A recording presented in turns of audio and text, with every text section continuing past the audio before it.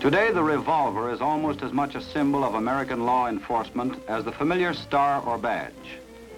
Through the years, it has grown to be still another common bond between peace officers of many different jurisdictions.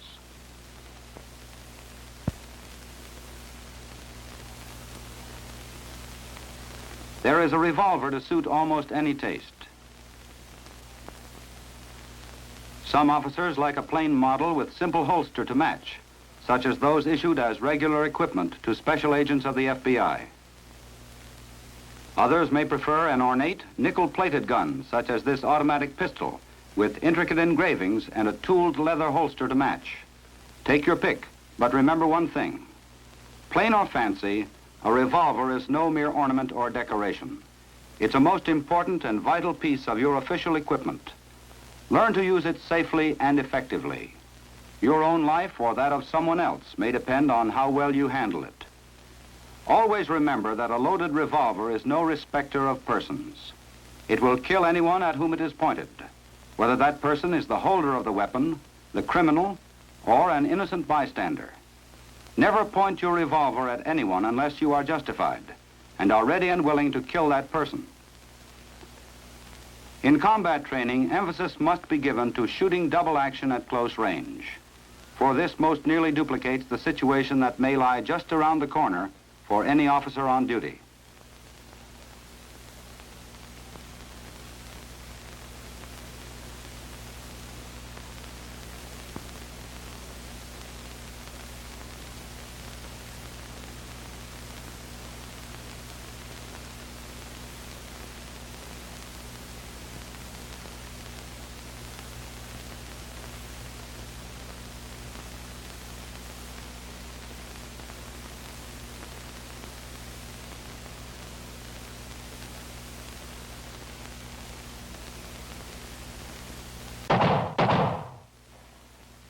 With gun in shoulder holster, this criminal was no match for well-trained officers drawing and shooting double action from hip level.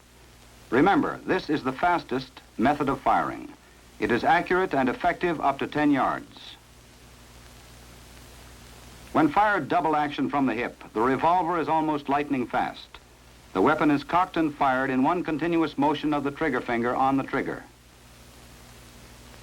With practice, both speed and accuracy will be improved. Note the grouping of shots on these targets. They were fired at 7 yards from the first position on the FBI practical pistol course. However, without good form, speed and accuracy will be no better than hit or miss. Above all, learn good form and practice it religiously.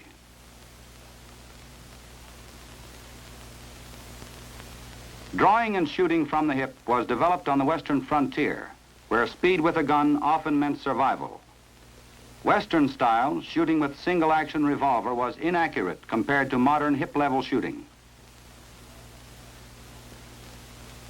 Today's draw and shooting from the hip is smooth and continuous, with not a bit of waste motion, and the revolver in front of the shooter is in position to ensure a greater degree of accuracy.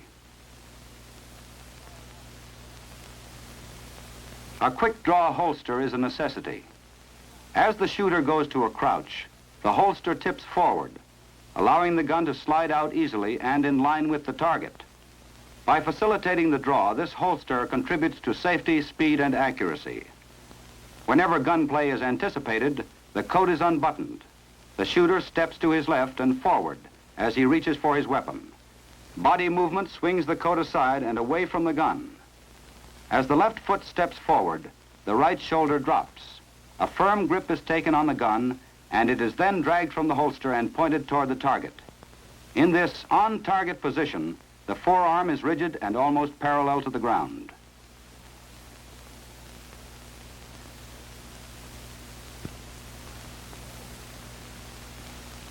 Your grip is of utmost importance in double-action shooting.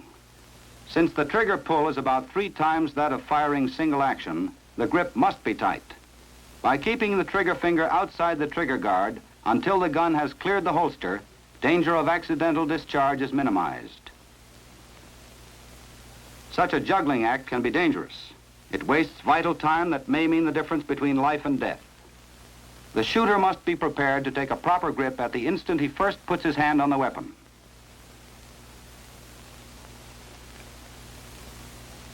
Control of the trigger is another essential. Insert the trigger finger to the first joint or even further. Keep the wrist stiff and the grip tight. Pull the trigger steadily and evenly. Only the trigger finger is moved. Use the other finger to maintain a tight grip on the weapon.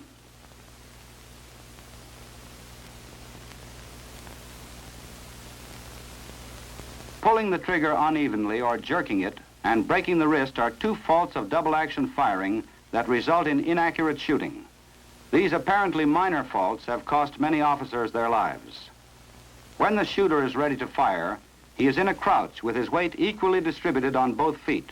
He is balanced like an athlete and can move easily in any direction. In this position, he presents a smaller target for return fire. His head and shoulders are back for better balance and vision. The shooter keeps his direct vision on the target. With his outer vision, he sees his weapon and lines it up with the target.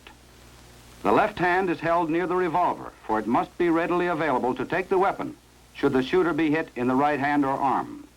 Firing then can be continued with the left hand without changing position of the body.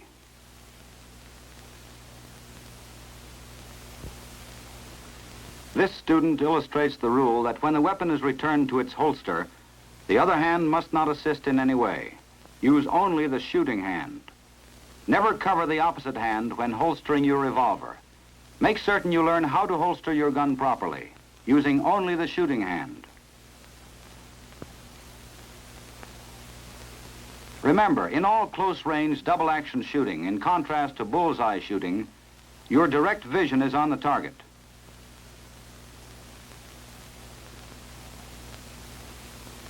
Firing from hip level, the gun will be seen in the outer vision. Your direct vision is still on the target.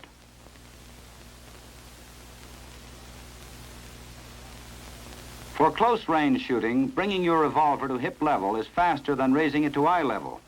And that split second you save by learning to shoot accurately from this position may well save your life.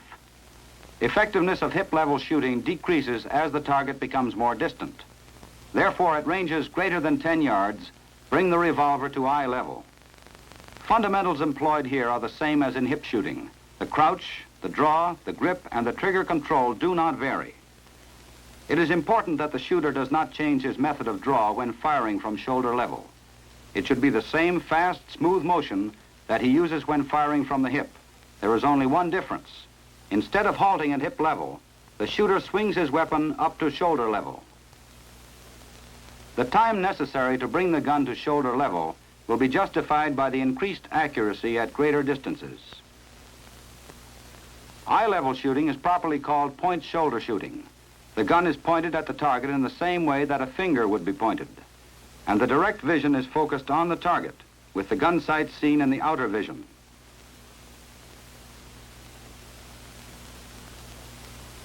A basic principle in defensive combat shooting is to make yourself as small a target as possible for return fire. The officer in a crouch position is a smaller target than if he were standing upright. In the kneeling position, he further decreases his target size.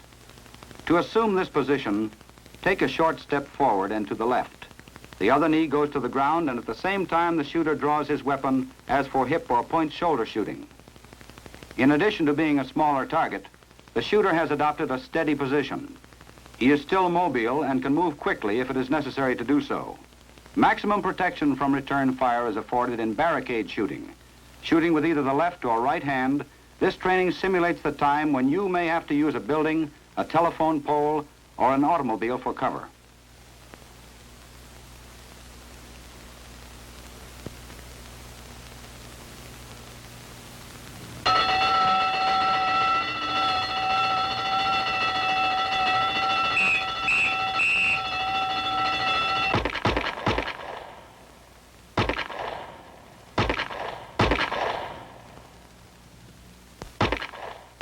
Taking advantage of the best cover available, this officer made himself the smallest target possible. Instinctive attention to the fundamentals of defensive shooting saved this officer's life. There will be occasions when no cover is available.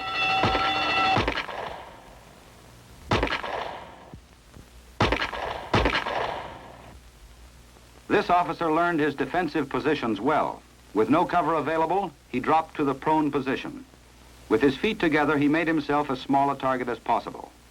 And in this support position, accurate shooting up to 75 yards is possible.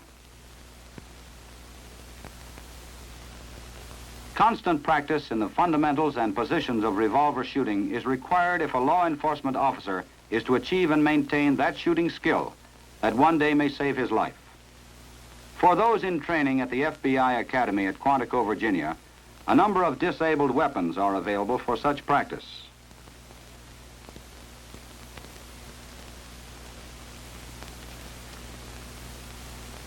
Each such weapon has a red grip to indicate that it has been disabled.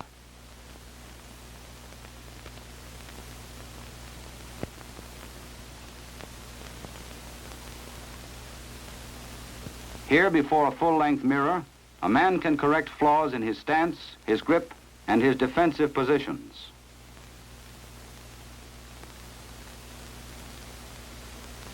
Since gun battles are not necessarily limited to 5 or 6 rounds, constant practice in loading and unloading is required. For this purpose, dummy cartridges are available. Ejecting the empty cartridges and reloading is practiced and practiced until it becomes almost second nature.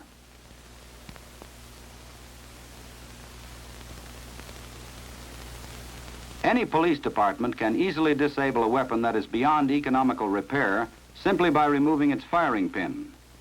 After the disabled guns have been given distinctive red markings, they can be used in the squad room or training school. Dry firing and position practice can be accomplished safely with such distinctively marked disabled weapons.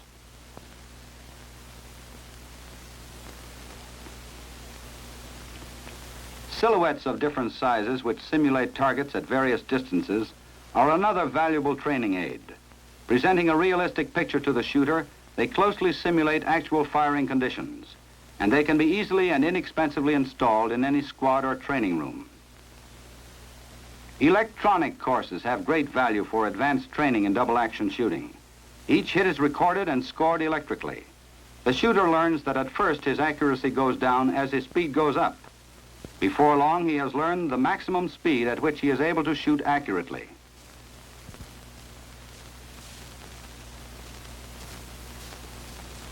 On the electronic dueling course, students are in direct competition. Here, essential speed and accuracy are developed under conditions similar to an actual gun battle. Through electronic control devices, the winner is determined with split-second accuracy.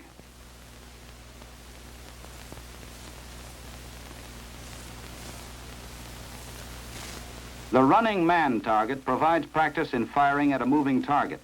It points up the necessity for shooting where the target will be when the bullet arrives, rather than where the target was at the moment the gun was fired. Here the student is allowed 3 shots at the target moving to his right and 3 shots at the target moving to his left.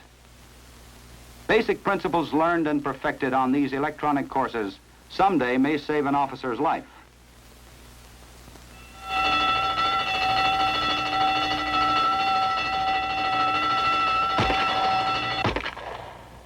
The officer fired from the hip to get the first burglar.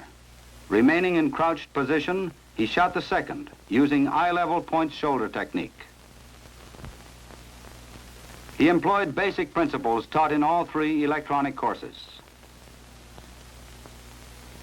Because this officer was well trained and kept himself in training, he survived. The revolver can be a lifesaver for the law enforcement officer and the person he is trying to protect. Its presence can even prevent a gun battle entirely, for the criminal will know by the way an officer holds his weapon that he is a well-trained man. In such cases, the criminal may well refuse to shoot it out with him. But there is a price that must be paid for this. That price is thorough training, constantly practiced and regularly renewed on the range. In no other way can you buy the art and skill of fine marksmanship. So learn the fundamentals of good shooting. Practice them regularly and diligently until they become an instinctive part of everything you do with your revolver.